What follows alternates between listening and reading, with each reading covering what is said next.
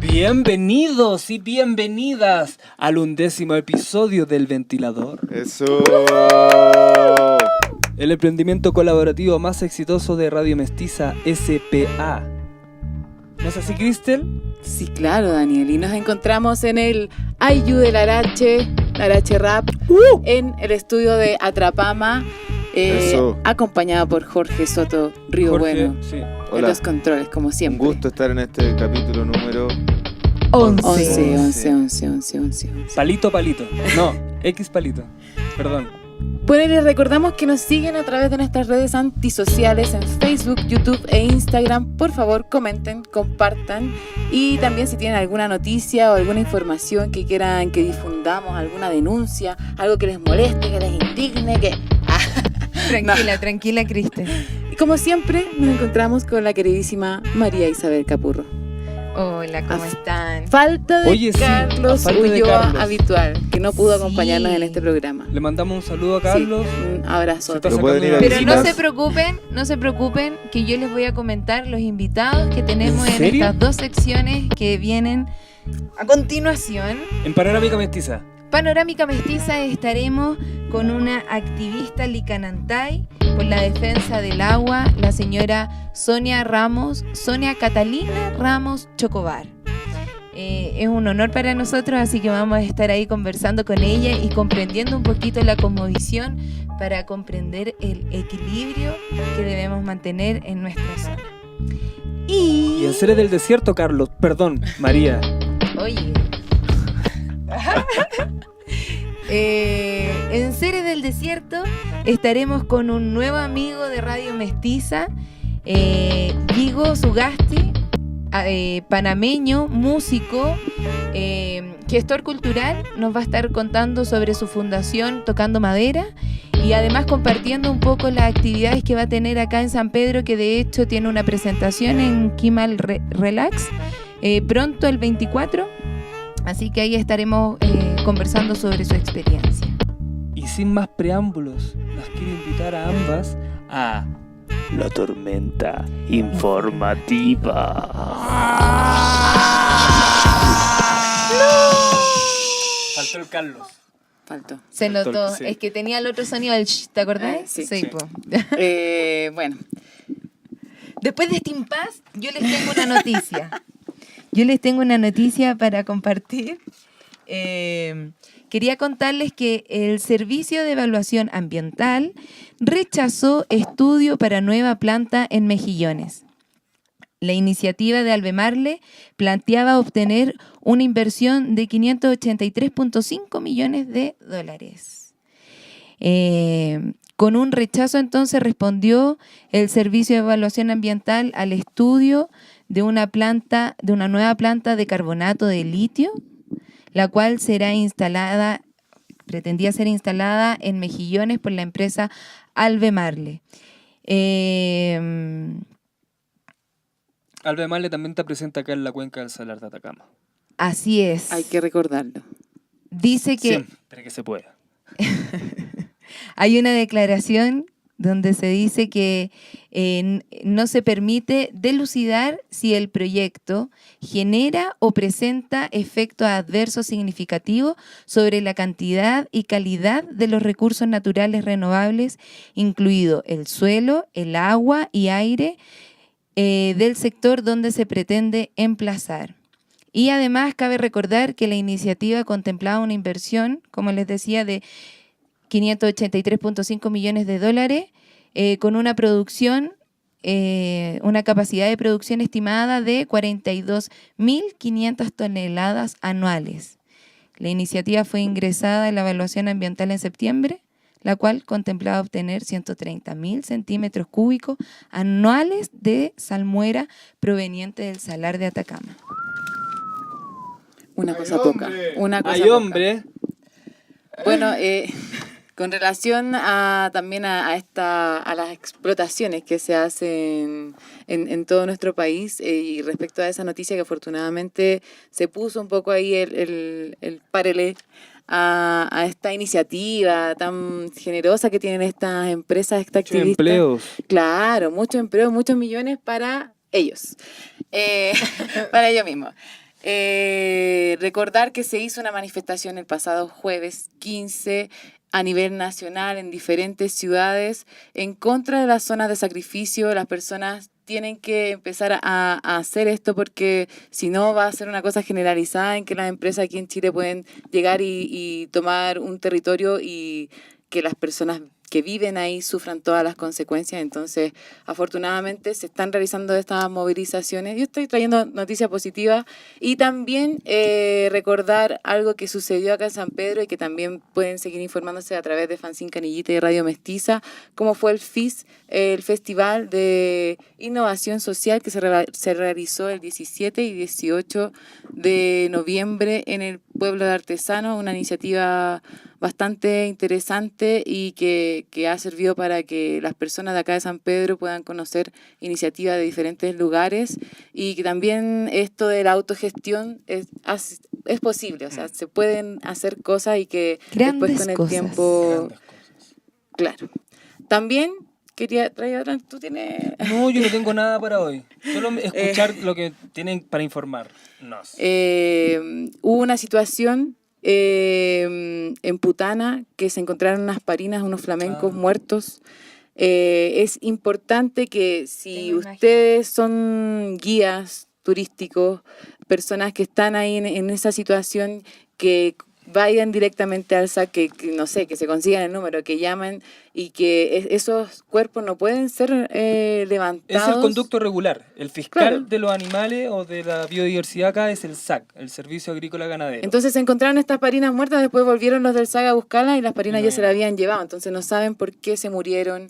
Entonces es importante que se tenga conocimiento de eso, de cómo proceder también en esos casos para denunciar, que es súper importante ahora que tenemos todas las herramientas de los teléfonos celulares. Yo vi la foto en sí. Facebook. Es Y la gente impactante. después o sea, no la vio allá cuando la fue a buscar. Claro. Entonces, eso. Esas son las cosas que quería. Estamos con Estamos terminando la tormenta informativa. informativa, muy breve, porque tenemos un programa muy intenso, con Sí. 2 invitados de lujo. Sonia Queremos Ramos. dedicarle tiempo a lo que nos quieren contar, a lo que nos quieren conversar, así que les pedimos que sigan conectados ahí también con El Ventilador. Así es, en el 11º episodio del Ventilador por Radio Mestiza SPA. Sí, se nos viene en nuestra sección mucha sabiduría. Vamos a aprender ahí a absorber lo máximo de la señora Sonia Ramos, así que volvemos con Panorámica Mestiza.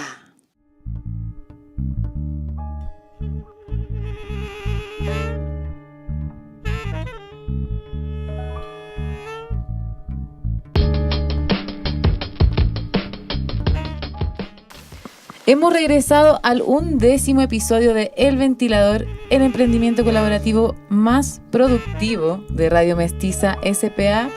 Recuerda que nos puedes seguir en nuestras redes antisociales más queridas de la CIA, como son Facebook, Instagram o YouTube. ¿No es cierto, don Daniel Campos? Tan cierto como que estamos en el segundo bloque.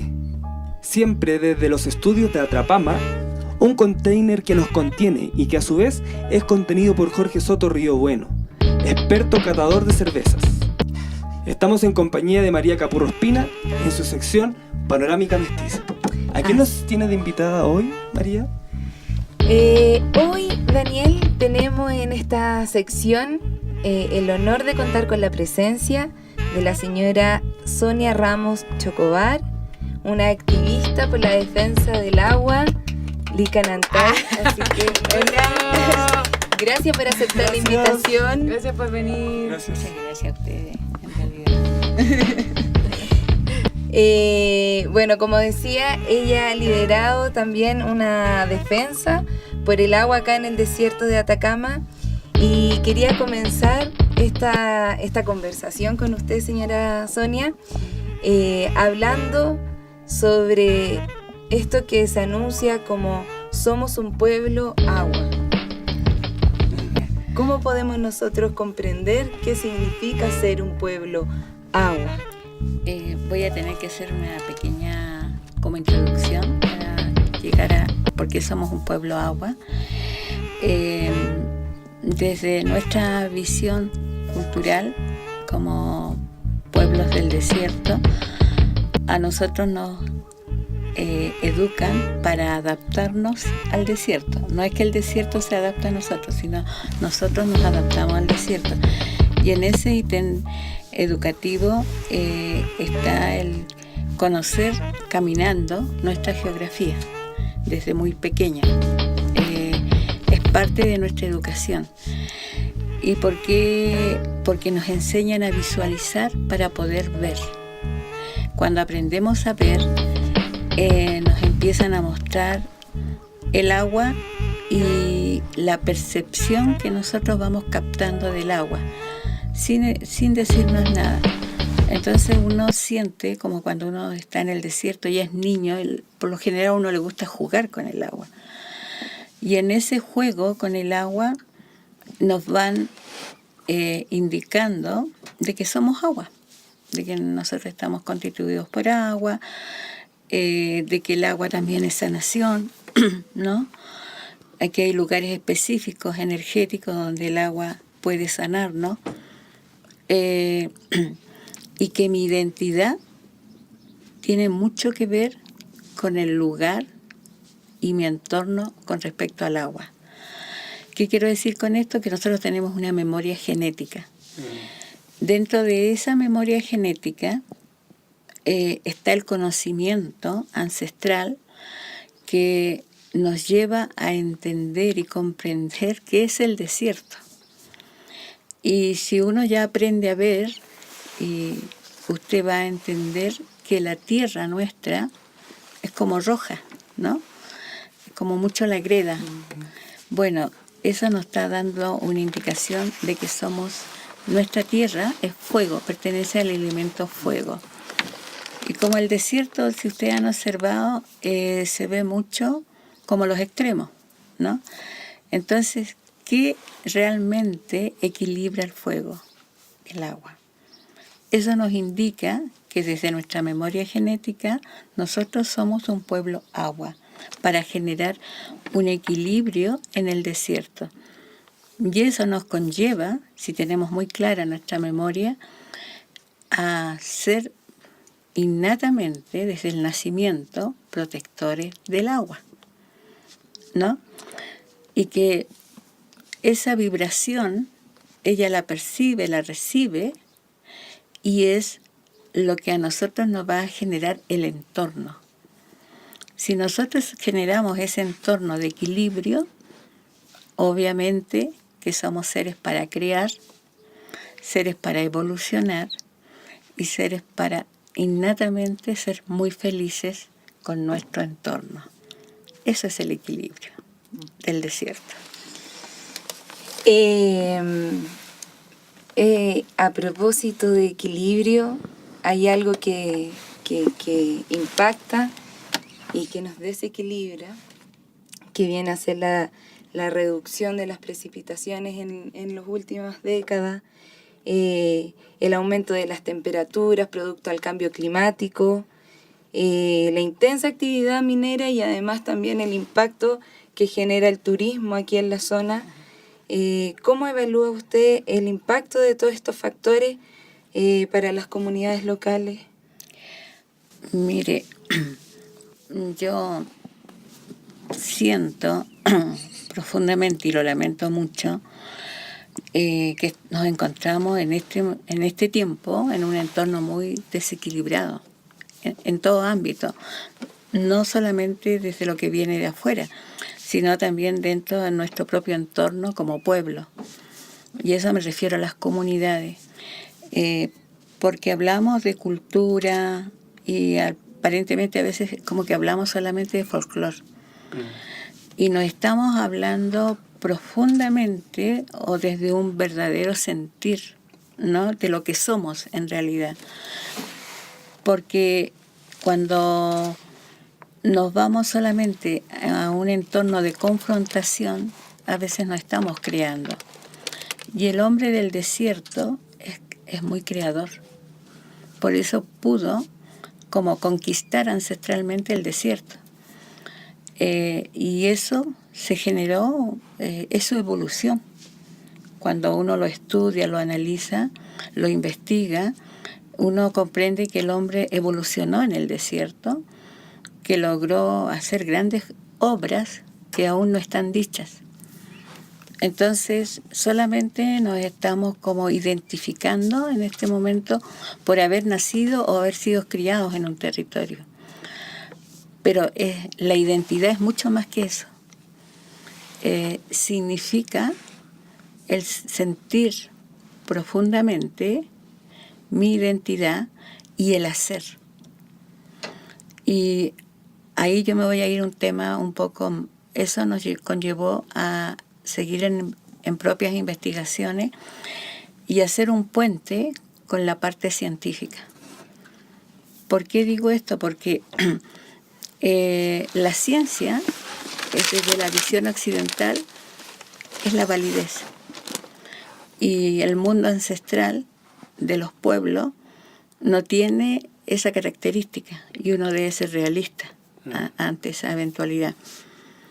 Pero cuando nos hemos encontrado con la ciencia, hemos llegado o hemos concluido que son dos caminos que llegamos a lo mismo.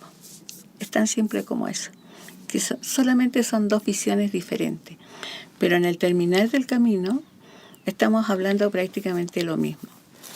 La ciencia de este tiempo, por el cambio climático que ya se viene, está haciendo estudios y por eso nos hemos unido bastante en ese sentido, porque nuestros pueblos ancestralmente también tuvieron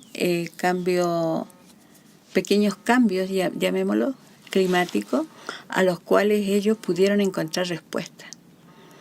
Y son parte de nuestra propia investigación, ¿no? Como pueblo, o sea, yo hablo como pueblo. Y en ese sentido hay respuestas desde la visión ancestral.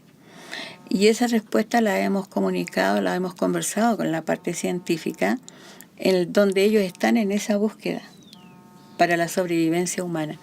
Yo creo que al respecto del desierto tiene mucho que decir, tiene quizás un pequeño recetario en cómo comunicar este cambio climático y cómo hemos sido educados para adaptarnos, cómo el ser humano puede aprender a esta nueva modalidad, a adaptarse también y sobrellevar estos cambios que se vienen, que ya uno es muy evidente que a veces en un día tenemos las 4 estaciones del año. Entonces, yo incito mucho a observar la naturaleza, porque está dando grandes respuestas, sobre todo acá en el desierto. Usted, por ejemplo, ¿en qué fecha podría citar el desequilibrio que se haya hecho más notorio acá en San Pedro de Atacama, tomando en consideración no solo el turismo, también la minería? Mire, yo creo que eso partió, y voy a decir algo muy, quizá, muy poco amigable para el Estado y para mi gente. Yo creo que fue la ley indígena. Llevó a como hacer clanes de comunidades, ¿no? Donde en algunas comunidades ya no entra ninguna persona más. Y esto, por desgracia, vino algo de dinero, tanto por el turismo como por la minería, y ya realmente son pequeños clanes que se han ido conformando en el desierto. El dinero divide también. Divide mucho, ya no estamos actuando como por una identidad, ¿no? Por ese amor al desierto, ya no estamos visualizando el lenguaje del desierto, ¿no? Que el lenguaje del desierto es el silencio. Cuando uno aprende a escuchar el silencio, aprende mucho en el desierto.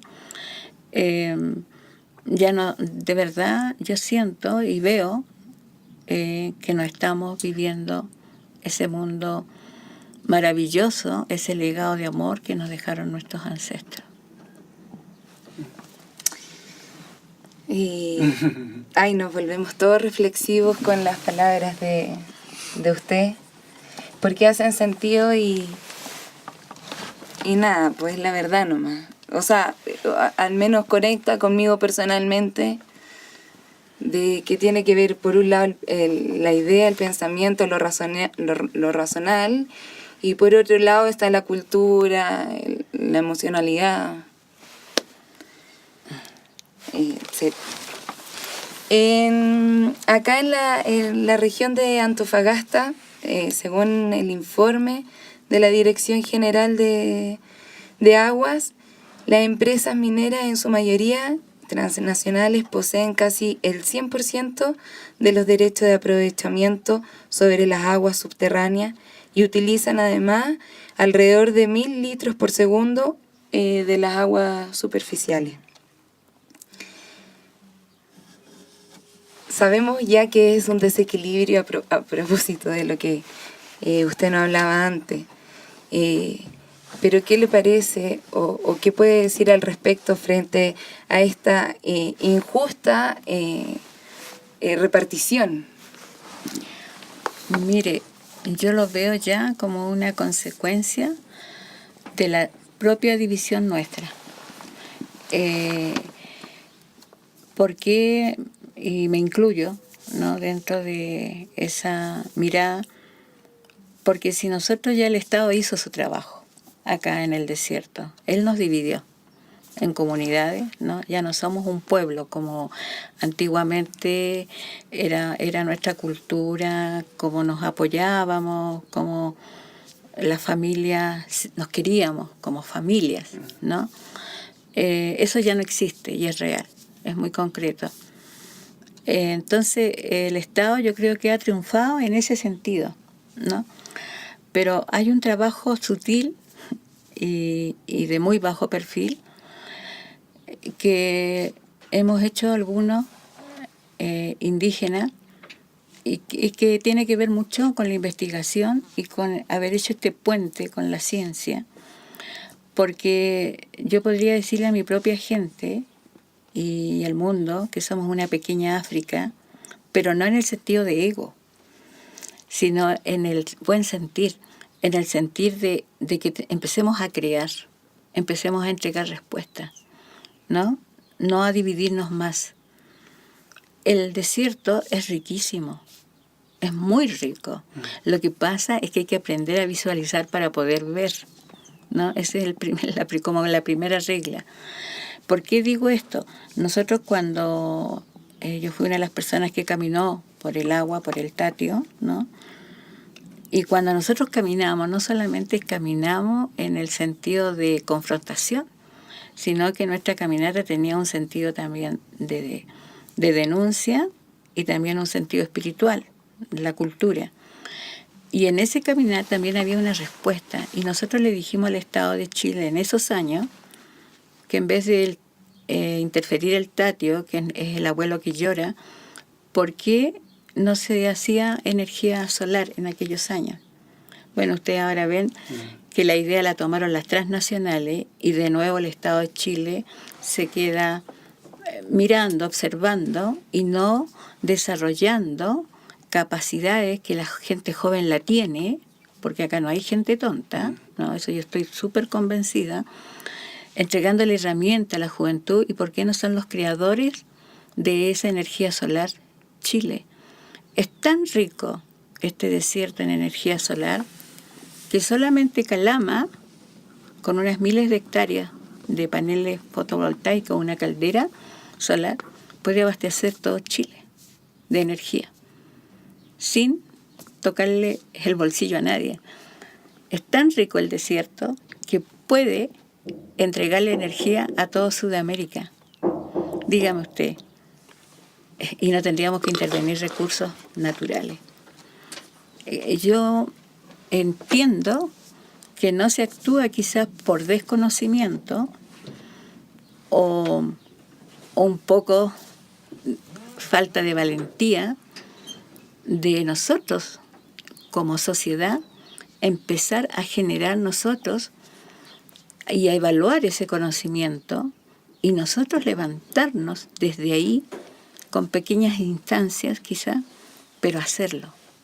No esperar que una transnacional nos llene de plantas fotovoltaicas y se lleven de nuevo hasta el sol del desierto. Yo creo que también tenemos mucho en qué trabajar en el hacer. Y espero que esto tenga eco, un poco de eco, porque yo creo que nosotros somos las personas idóneas para generar este nuevo desarrollo desde la sostenibilidad. Desde el extranjero vienen con ese apetito económico que nunca se sacia, pero desde la ignorancia, disculpen que lo diga.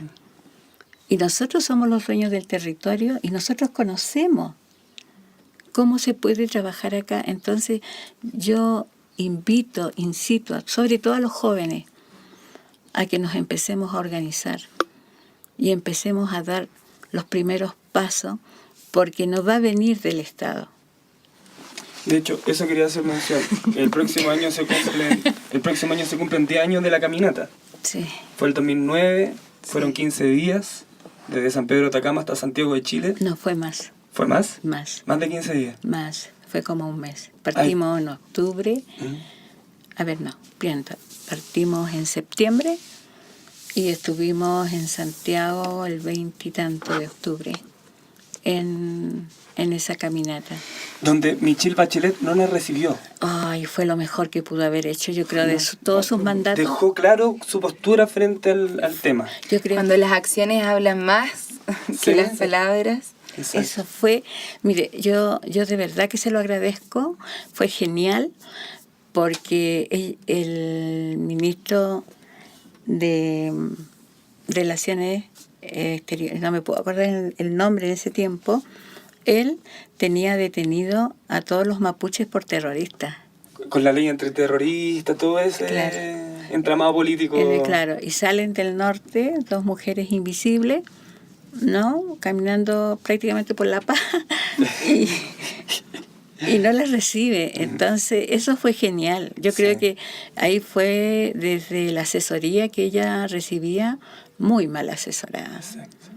Y internacionalmente esto tenía más relevancia que a nivel nacional esta caminata. Entonces, ¿qué es lo que sucede? Que ahí James Anaya, que era el relator en esos años, se hace parte en la demanda por el patio. El relator de la ONU. La ONU. Y que ahí quedó, ¿para qué le cuento? Las llamadas de teléfono iban y venían. Sí, no, qué bueno. Pues, Dejó de ser invisible. Claro, Sí. ellos la hicieron, Visibilizó. ellos mismos la visibilizaron. Claro. O sea, yo creo que fue la mejor estrategia de parte así de la pasar como muy sutilmente, fue la mejor estrategia. Y en una época muy democrática del gobierno de Bachelet, con la ley antiterrorista y sin dar voz ni oídos. Pero con una puerta cerrada después de un mes de caminata. Dios mío. Bueno, y ahí se levantan las causas del agua, o sea, eso fue... Afortunadamente, Claro, sí, como sí, te sí, decía. exacto. Porque si no... Se fue Patagonia sin represa. Cumplió el propósito finalmente. Claro, se cumple el Se propósito. cumplió el propósito. Sí, realmente. Vale la pena, tenemos el poder de generar cambios a pesar de ser personas invisibles como nosotros. Pasa a ser un referente. O sea, tal vez este mismo programa, Fanzine Canillita, Seres del Desierto, son acciones que en algún momento puedan generar visibilidad para otras causas también. Y la nuestra, personal. Claro, eso. Señora Sonia, lamentablemente tenemos que despedirla, Se nos hace pero nos poco. encantaría que viniera las veces que quisiera al Muchas programa. gracias. Nosotros tenemos una mala costumbre, Sí. una costumbre muy odiosa del programa, que es dejar amarrado, ¿no es cierto, Chávez? Sí, yo soy muy buena en eso. La necesidad me ha llevado a no invitarla a nuestra actividad, por ejemplo, Seres del Desierto. Es información además al aire libre, y en esto que usted también plantea de transmitir el conocimiento, de unirnos en una causa, puede contar con este espacio, con la ayuda también de nosotros en cuanto a gestión, si se trata para convocar a más personas, pero creemos que es un mensaje al cual hay que hacerle eco y amplificarlo y ventilarlo y masificarlo para que nos unamos todos en función de eso. Así es que ahí podemos coordinar, no la quiero comprometer porque seguro de tener una agenda muy ocupada, Kristen, no me pongas en aprieto. Pero lo que sí quiero hacer es regalarles también nuestro trabajo de Fanzine Canillita, las ediciones que hemos hecho, donde en muchas de ellas el tema del agua es un eje central en nuestras publicaciones. Ahí para que nos lea y si de pronto lo necesita como herramienta, también contar con ella. Muchas gracias. ¿Me permiten pasar un pequeño aviso? Sí, eso queríamos es un momento. que se descargue ahora y que también si puede dejar ahí un mensaje de motivación para las personas que están pensando y tienen esa conciencia con el agua, y para que no se desmotiven, como que nosotros a veces tiramos estas cifras que son terribles de la minería, qué sé yo, pero finalmente que este lazo, este vínculo con el agua, si ya se generó, que siga. No sé si nos puede dar un mensaje y además de la información que nos quiere dar. Bueno, yo quiero invitarlos para el día 4, 5 y 6 de enero. Vamos a tener nuevamente la Escuela y Verano, que es el puente científico ancestral, y vienen expositores científicos como también del mundo ancestral, para a ver si en este segundo encuentro logramos ya dar como una pequeña pauta de cómo hacer un nuevo desarrollo en el desierto sostenible. Entonces los invito a todos, si el que desee o el que quiera informarse más con respecto al salar y todo lo que está sucediendo con el tema del agua, ¿no? Es una invitación abierta. Vamos a estar difundiendo por todas nuestras redes. 4, 5 y 6 de enero. La Escuela de Verano. Ya está, agendado. Segunda versión. ¿Ya? Y gracias, de verdad. Yo doy las gracias por esta invitación, porque siento o presiento, más bien dicho, de que la juventud está muy ávida de conocimiento. Es el momento de entregarles conocimiento, no solamente a los jóvenes, sino también a los que vienen por detrás, porque van a ser ellos los que van a tener este gran cambio climático y nos los estamos preparando. Y yo creo que es muy relevante esa preparación, ¿ya? Porque me siento culpable de mi generación, de los estragos que hicimos, y ni siquiera no nos hacemos cargo. Eso, gracias. Muchas gracias. Nos vamos con música. Sigan escuchando El Ventilador. Volvemos con Seres del Desierto y Habitual. Sí, así es.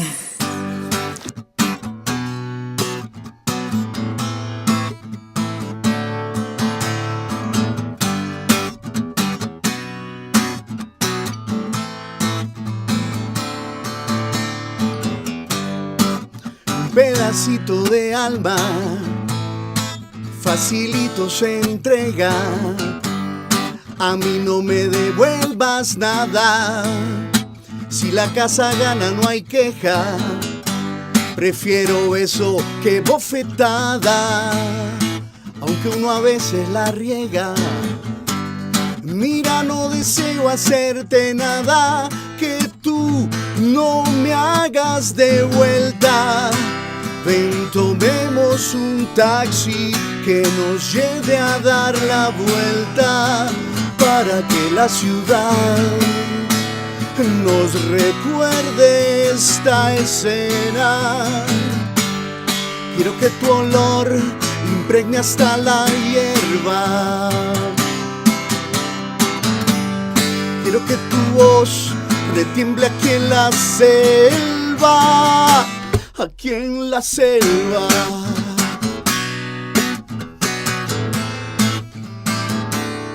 Aquí en la selva.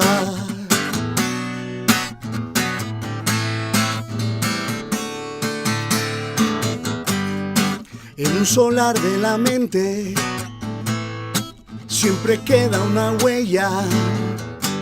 Seas villano o superhéroe, tendrás herida de guerra. Decide entre final o alcoba, entre gritos o las llaves de la puerta.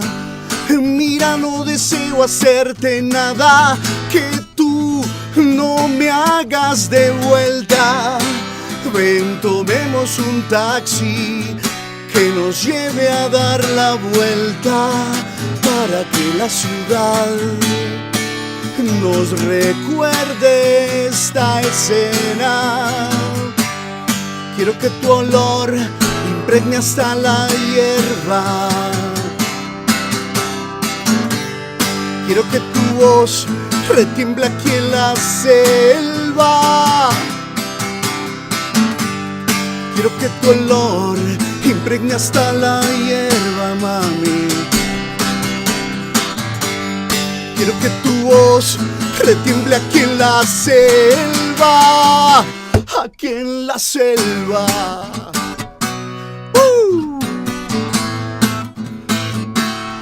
Aquí en la selva.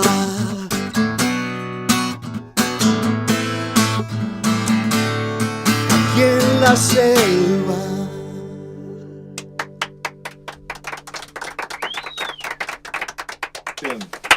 Regresamos en El Ventilador, 11º capítulo.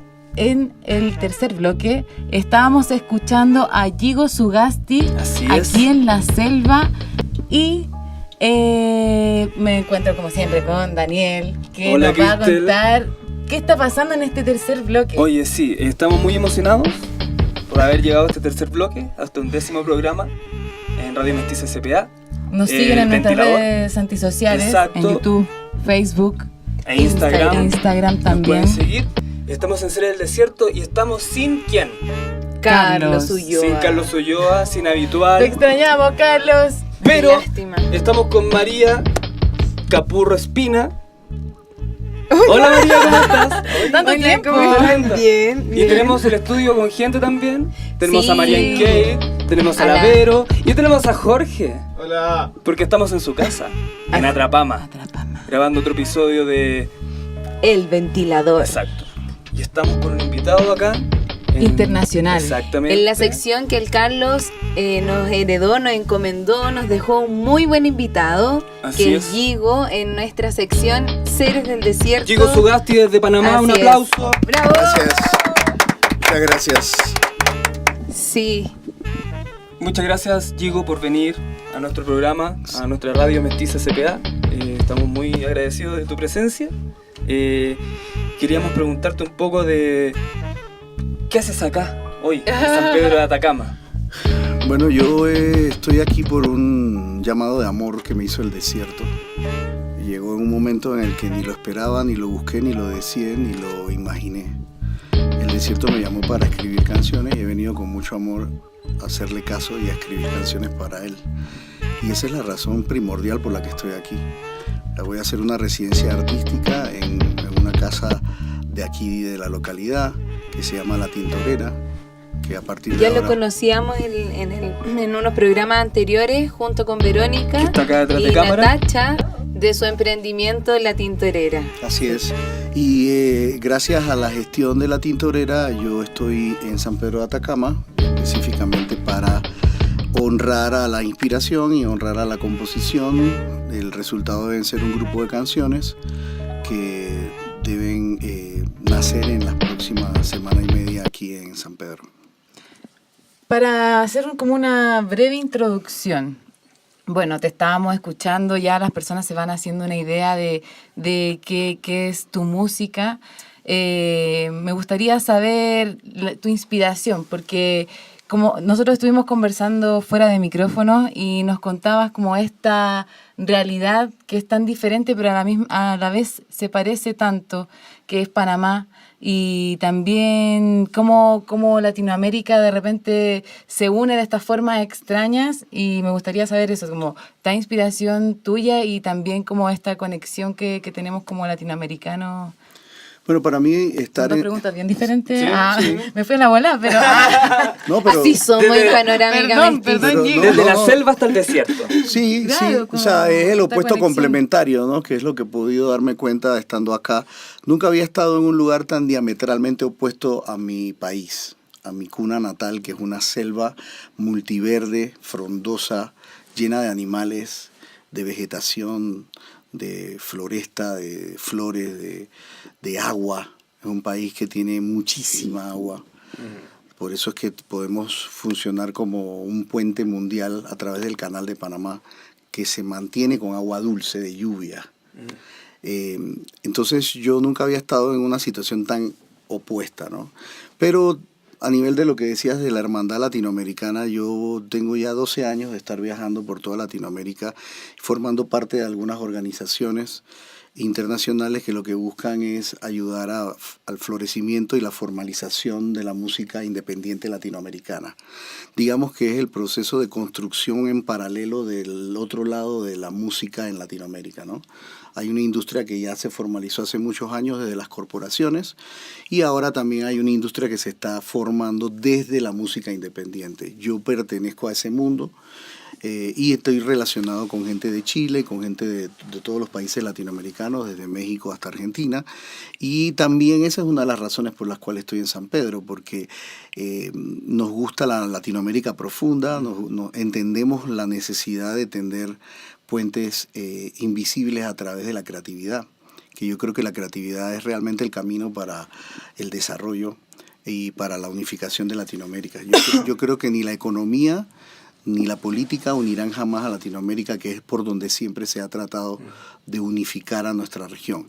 Yo creo que nuestra región se va a unificar culturalmente, porque siempre ha estado unificada culturalmente, pero a través de los nuevos canales creativos de la gente que está manifestándose desde el punto de vista de hacer cosas, de las industrias creativas que son tan importantes no solamente en el mundo desarrollado, sino también es un camino importante para nosotros de poder generar a través de la creatividad una Latinoamérica diferente, ¿no?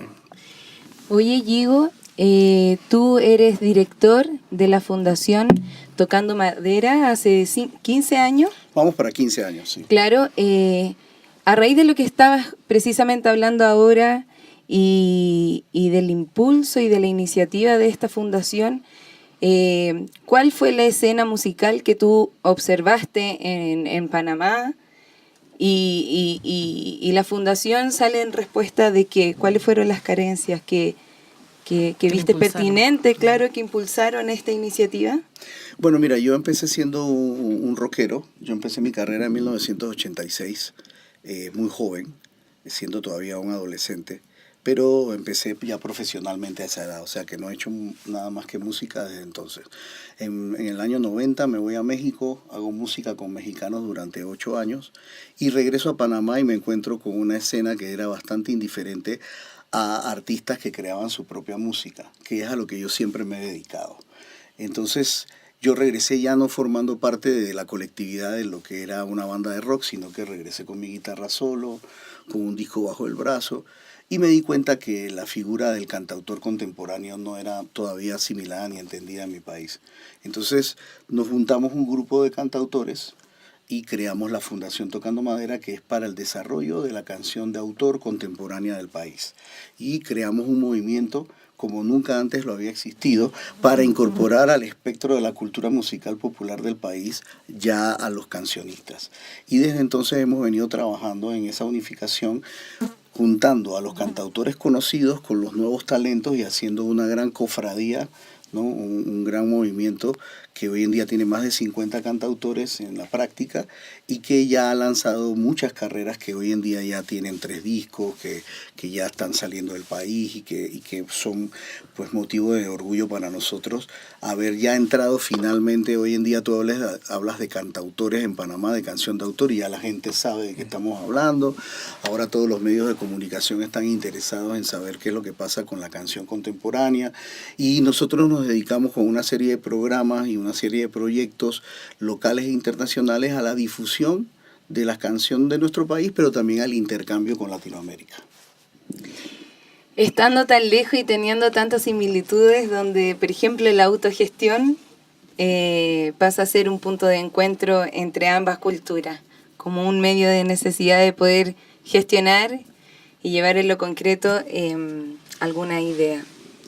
Yo quería preguntarte, bueno, porque Afuera del micrófono también. Ya, la Cristi está ventilando todo. Estoy ventilando conversaciones anteriores. Es que está ahí en el ventilador, eso pasa, lo siento. La fuerza... Sucede. La fuerza del viento sanpedrino. No, y me encanta ser hoy un ser del desierto. Sí, estamos ahí en Seres del Desierto, es importante recordarlo. El 11º ser del desierto. Sí. ¿Ah? Nada Qué más, belleza, nada qué menos. belleza, qué número mágico. Quería saber esto sobre la autogestión y también el tiempo, que es algo que creo que te llama la atención y te interesa porque nos comentabas que tú querías realizar cierto trabajo musical en cierta cantidad de tiempo. Entonces, ¿cómo eso finalmente lo puedes llevar a cabo y también en qué momento decides dedicar tiempo a la autogestión, a lo de la fundación y no a tu creación musical? Porque finalmente te resta en cierto sentido, pero al final es para un bien común. Bueno, buena pregunta. Yo ahora, la presencia aquí en su programa es mi tercera aparición como cantautor después de 15 años. Durante los últimos 15 años yo me quité el traje negro de cantautor y me puse el overol de gestor cultural. Por una idea básica personal, muy personal, de no crear conflictos de intereses. Porque en mi país el tema, cuando empezamos a trabajar con la Fundación Tocando Madera, era nuevo. Somos la única organización estatal o no estatal que trabaja esta temática. O sea que somos los especialistas del tema de patrimonio inmaterial musical contemporáneo del país. Entonces esto es tan serio así como suena, ¿no? Además, y además aparte, en un contexto político donde no hay una intención ni una ocupación de las artes. Así mismo es. Así mismo. Entonces, ante la indiferencia estatal por años, si tú vas a desarrollar una gestión privada con o sin fines de lucro en pro de la cultura, tú tienes que tener una posición. O sea, ser en mi país hombre de cultura representa ser contracultura, o sea, ir en contra del sistema que en teoría ya debería haber asumido la cultura como un nodo de desarrollo. En nuestro país todos los que hacemos cultura realmente somos alternativos. Que eso no quiere decir que no se haya crecido, que no se haya llegado a posicionar muchos de los proyectos de la sociedad civil que hoy son los que marcan el rumbo dentro de la temática cultural del país. Mi país es como la antítesis de otros países, porque lo que es la oferta cultural la hace la sociedad civil, no el Estado, hasta el día de hoy. Esperamos que a partir del año que viene, que hay nuevas elecciones, vengan personas que vengan con un discurso nuevo, con una idea de incorporar al desarrollo del país a la cultura, y nosotros pues decidimos dedicarnos a la gestión cultural para posicionar nuestra gesta, nuestra idea, nuestro concepto. Y yo por 15 años me he dedicado a dirigir la fundación en conjunto con un trabajo que sin el resto de los cantautores, porque no me canso de decirlo, si los cantautores forman parte de la cofradía, el movimiento seguirá. Si los cantautores no forman parte, morirá en ese momento. Entonces, como somos muchos ya, entre jóvenes y ya experimentados cantautores, hemos podido consolidar algo que hoy en día a mucha gente le da satisfacción, que es Tocando Madera. Que es un juego de palabras por aquello de que tocamos madera con guitarras y con pianos, pero al mismo tiempo por el dicho ese de que tocas madera por la suerte, ¿no? Y como necesitábamos mucha suerte para emprender todo este proyecto, porque pues estábamos huérfanos dentro del espectro cultural de Panamá, decidimos empezar a base de autogestión a proponer proyectos, programas que pudiesen irse autogestionando a sí mismos y que pudieran tener continuidad. Así como Seres del Desierto hoy tiene su 10ª versión. Nosotros tenemos, por ejemplo, el año que viene empezamos la 15ª temporada de conciertos, pero al mismo tiempo es la 15ª temporada de intercambio internacional y la 15ª de los programas de comunicación que hacemos, porque hacemos radio también para todo el país y hacemos una serie de otros programas y proyectos buscando no solamente recursos, sino posicionar también a la canción. Y creemos que los proyectos deben autogestionarse, deben poder ser autosostenibles en el tiempo. Para eso hay que aprender a ir con una programación específica, con una preproducción y con una agenda a largo plazo, porque hay que tener agenda a largo, mediano y corto plazo. Yo hoy en día no creo en nada a corto plazo. Creo que también me ayudó ya a estar un poquito veterano cuando empezamos este proyecto y ya no tenía las ganas esas de cuando tenía 20 y tantos años que me quería comer el mundo en un solo día. Yo empecé a dirigir la fundación con 34 años y ya tenía más de 15 años de carrera, entonces la situación fue diferente. Y eso también, esa experiencia y ese poco o mucho nombre que yo podía tener en mi sociedad me ayudó a poder validar estas cosas. Estamos con Yigo Sugasti, cantautor, gestor cultural panameño. Te quería preguntar, Yigo, tú tienes fechas acá en San Pedro, vas a tocar también. Creo que en el Kimal Relax, que queda en calle Caracoles. ¿Qué día tocas? 24 de noviembre. El 24 de noviembre. ¿Tenemos hora de la actividad?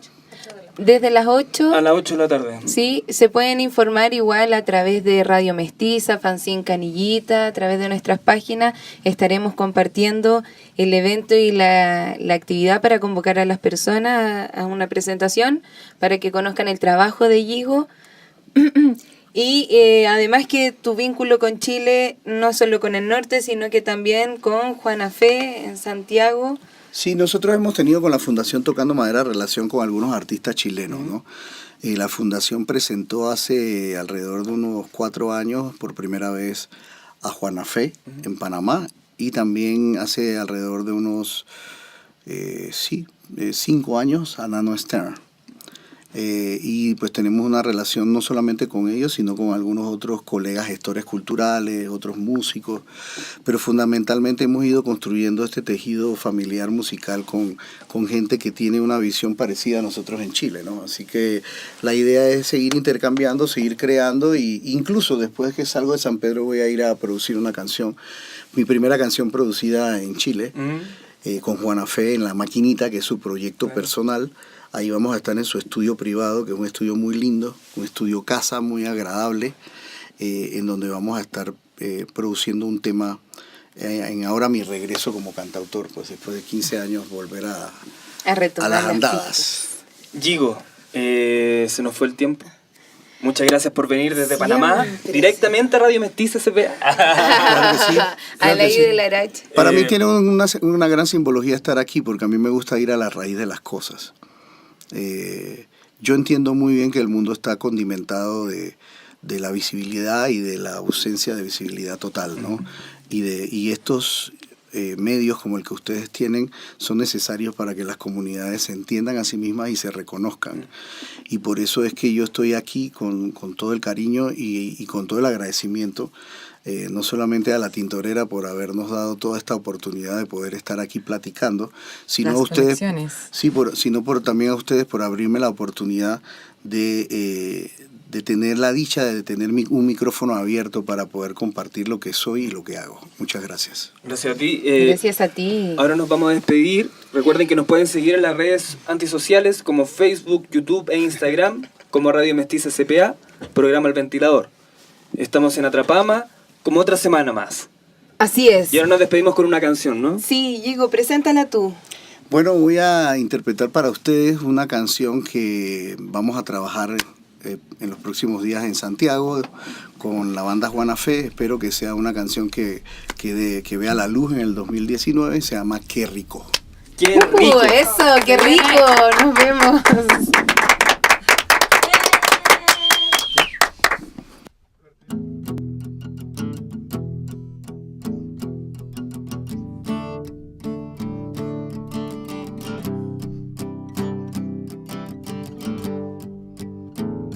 Qué rico que esto no es un sueño, como el que acaba al despertar. Qué rico es entregarse completo, sin libreto y sin nada que ocultar. Me reinvento en tu cuerpo, del mundo me sana tu amistad. Dejé de dar todo por hecho, gracias a ti y a mi fragilidad.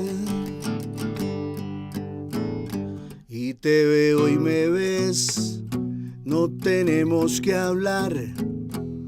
Tú sabes que sé que sentimos igual.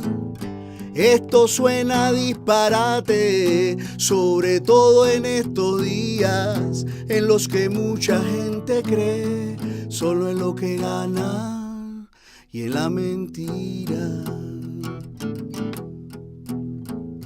Qué rico que esto no es un sueño del que te tengo que convencer. Qué rico abandonarse en tu pecho, en donde no es necesario pretender. Y te veo y me ves, no tenemos que hablar. Tú sabes que sé que sentimos igual. Esto suena disparate, sobre todo en estos días en los que mucha gente cree solo en lo que gana. Sin ti encontré hace tiempo mi yo verdadero, para tener algo que ofrecerte. Sin ti encontré hace tiempo mi yo verdadero, para tener algo que ofrecer. Y te veo y me ves, no tenemos que hablar. Tú sabes que sé que sentimos igual. Esto suena disparate, sobre todo en estos días en los que mucha gente cree solo en lo que gana y en la mentira. Qué rico que esto no es un sueño. Qué rico que esto no es un sueño. Qué rico, qué rico.